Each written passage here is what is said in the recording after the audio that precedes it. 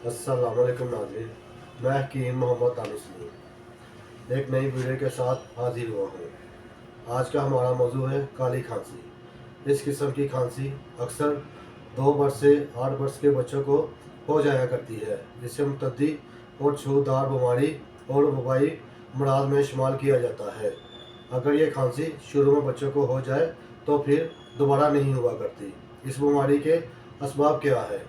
गलीज़ बलगम की नाली के शाखों में चमड़ जाने या मामूली खांसी के इलाज में बेपरवाही करने या इस शिकायत की बीमारी के चोट लगने या फिर खाने पीने के बर्तन और दीगर मुख्तलिफ हिस्सों के मुतद्दी बीमारी के अमराज में शुमार किया जाता है। इस बीमारी की अलामत क्या है? खांसी आने से पहले गले में सरसराहट और खराश महसूस होती है, चेहरा सुर्ख हो जाता है, आंखें उभर आती है। खांसी करते करते फेफड़ों में हवा खारिज होकर मुंह का रंग नीला या स्याह हो जाता है, अक्सर कह आती है और लेसदार मवाद सफ़ेद बलगम खारिज हो जाता है।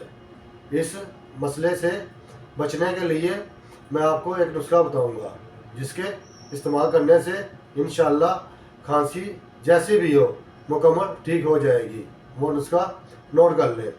जोकार 3 माशे, दार फलफल 3 माशे, फलफल स्या 3 माशे, लाहौरी नमक 3 माशे, नमक स्या 1 तोला, अनारदाना 1 तोला। इन सब चीज़ों को अच्छी तरह से बारीक कर लें और गोलियां बना लें।